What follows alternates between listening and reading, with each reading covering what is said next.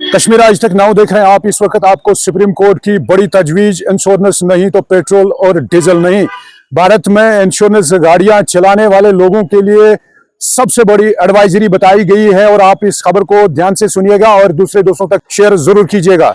भारत में बगैर इंश्योरेंस गाड़ियां चलाने वालों के लिए सुप्रीम कोर्ट ने एक अहम कदम तजवीज किया है। सुप्रीम कोर्ट ने मरकजी IRDAI और वजारत road transport and highway visa MORTH से कहा है कि ऐसा पायलट प्रोजेक्ट तैयार किया जाए जिसके तहत गाड़ी के इंश्योरेंस स्टेटस को पेट्रोल पंप पर ईंधन की फराहमी से जोड़ा जा सके। अगर गाड़ी के पास लाजमी थर्ड पार्टी इंश्योरेंस मौजूद न हो तो इसे इंश्योरेंस हासिल करने तक पेट्रोल या डीजल देने से इनकार किया जा सकता है। 56% गाड़ियां बगैर इंश्योरेंस की। तफसील के साथ हम आपको यह भी बता देंगे, सुप्रीम कोर्ट ने इस सूरत हाल पर तशवीश का इजहार करते हुए कहा कि मुल्क की तकरीबन 56% गाड़ियां दुरुस्त इंश्योरेंस के बगैर सड़कों पर चल रही है। दस्तयाब एदाद-ओ-शुमार के मुताबिक तकरीबन 16.54 करोड़ गाड़ियां, 30.48 करोड़ रजिस्टर्ड गाड़ियां जिनमें से इंश्योरेंस के बगैर है। और अदालत ने इस सूरत हाल को तशवीशनाक करार दिया क्योंकि हादसात की सूरत में मुतासिरीन को कानूनी मुआवजा हासिल करने में मुश्किलात पेश आ सकती है। इस बात को लेकर पेट्रोल पंप पर इंश्योरेंस चेक होगा, क्या यह सही है? और इस पर भी आपको बताना चाहेंगे कि अदालत की तजवीज के मुताबिक IRDAI यानी MORTH के साथ मिलकर ऐसा निजाम तैयार करेगा जिसमें गाड़ी की इंश्योरेंस रिकॉर्ड को ईंधन की फराहमी के अमल के साथ मुंसलिक किया जा सकेगा। इस निजाम के तहत गाड़ियों का इंश्योरेंस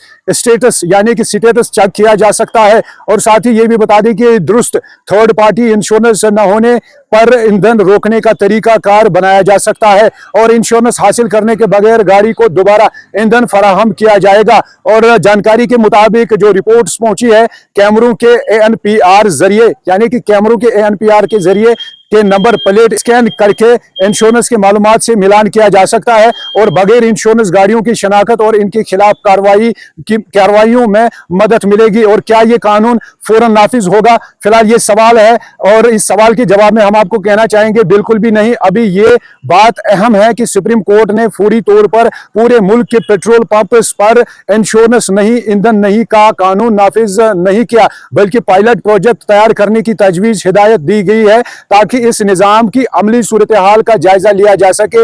अदालत के फैसले में भी इसे पायलट प्रोजेक्ट के तौर पर बयान किया गया है। नई गाड़ियों के इंश्योरेंस की मुद्दत में भी इजाफा हुआ है और साथ ही इस फैसले में सुप्रीम कोर्ट ने नई गाड़ियों की लाजमी थर्ड पार्टी इंश्योरेंस से मुतलिक हिदायत दी है कि नई कारों के लिए 4 साल और नई 2 पहिया गाड़ियों के लिए 6 साल की थर्ड पार्टी इंश्योरेंस की मुद्दत मुकर्रर करने की हिदायत दी गई है। और साथ ही आपको यह भी बता दें कि और चालान यानी ANPR का निजाम, अदालत ने टेक्नोलॉजी के इस्तेमाल पर जोर दिया है कि यानी कि ANPR कैमरों के इंश्योरेंस डेटा के साथ जोड़ने से बगैर इंश्योरेंस गाड़ियों के खुदकार शनाख्त की जा सके और इनके खिलाफ चालान जारी करने और निजाम भी तैयार किया जा सकता है। ट्रैफिक पुलिस को ऐसे आलात फराहम करने की तजवीज भी सामने आई है जिनके जरिए मौके पर ही गाड़ी का इंश्योरेंस स्टेटस चेक किया जा सकेगा। और मामला सुप्रीम कोर्ट तक क्यों पहुंचा, ये भी हम आपको तफसील के साथ बताते चलें कि यह मामला नेशनल इंश्योरेंस कंपनी लिमिटेड यानी कि श्रीमती थंगला धना लक्ष्मी केस में सामने आया। अदालत ने मोटर व्हीकल एक्ट 1988 के सेक्शन 146 पर जोर दिया कि जिसके तहत अवामी जगहों पर चलने वाली मोटर गाड़ियों के लिए लाजमी थर्ड पार्टी इंश्योरेंस होना जरूरी है।